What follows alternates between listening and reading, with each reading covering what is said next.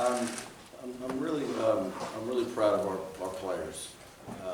I'm really happy for our players and our team, but I'm really proud of these young guys for buying in to our vision, and we have worked them extremely hard. And when you demand that much of somebody, as a coach, it needs to work out. So they'll do it again.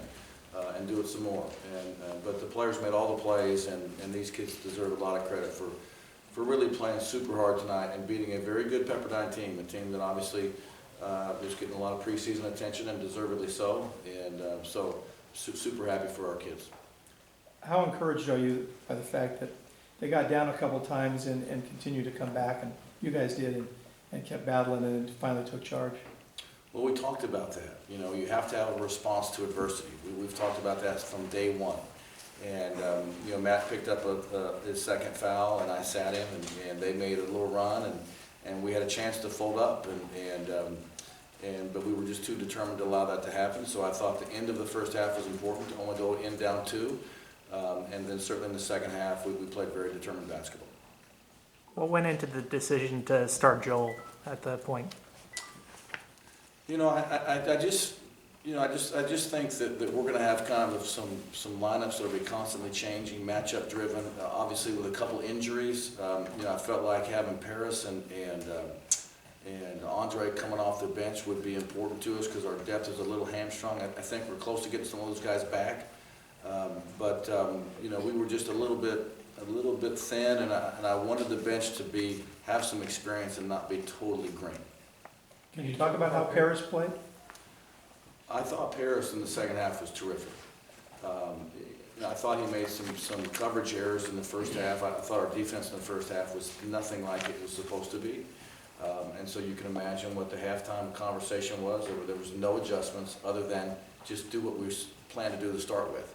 And we got more disciplined to the plan in the second half, and we were able to slow down Ross, who's a great player. But Paris was able to play well at both ends. He defended well in the second half, and he obviously was able to get to the basket and make really good decisions and finish plays.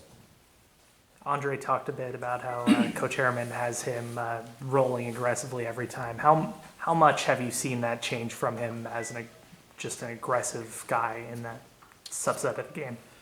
Well, Andre Kelly is a terrific young person. I mean, he's a very good student. He's a zero-issue player. I mean, he works hard every day. He's been fully bought in. He's allowed himself to be coached. But he deserves the credit for his improvement, because he's put the work in. He's made the progress. And he's allowed us to push him and drive him to play at another level. And tonight he was successful. That doesn't mean that he can rest on his laurels, but he really has worked hard, and he deserves credit for all the hard work he's put in the last 7 months. Anything else for Coach? Can you talk? Just last question. Just kind of talk about One more, Richard. Go ahead. Yeah, go ahead. Just talk about just the sort of. It seemed like one of the things you kind of focused on was getting to the basket more, attacking the rim more, setting up easier shots inside. Is that something you were telling the guys? Well, we certainly we found something that worked, and we stayed with it. In the second half offensively, and we have a number of guys who can get to the basket, and I think it complements our three-point shooting. And those two things worked hand in hand in the second half. Can you talk about Bradley's performance, especially second half when he came back after some foul trouble? Well, he played with some maturity. Foul trouble when you have to sit there for a couple minutes, can be hard for some young guys to manage and to handle. But I talked with him at the half about why I sat him, and I said, listen, now you're out. Now you're not in foul trouble. You only have 2. You can go be aggressive and just play like you've practiced. And to his credit, he did just that. He was a guy that last year would have nice stretches and then he sort of disappeared offensively. Are you happy with his ability to sort of sustain his aggressiveness? Matt? Yeah. I have no idea what happened last year, and to be honest with you, we don't even look at it. We don't talk about it. We're just trying to make this group as good as we can. I think Matt's maturing as a player.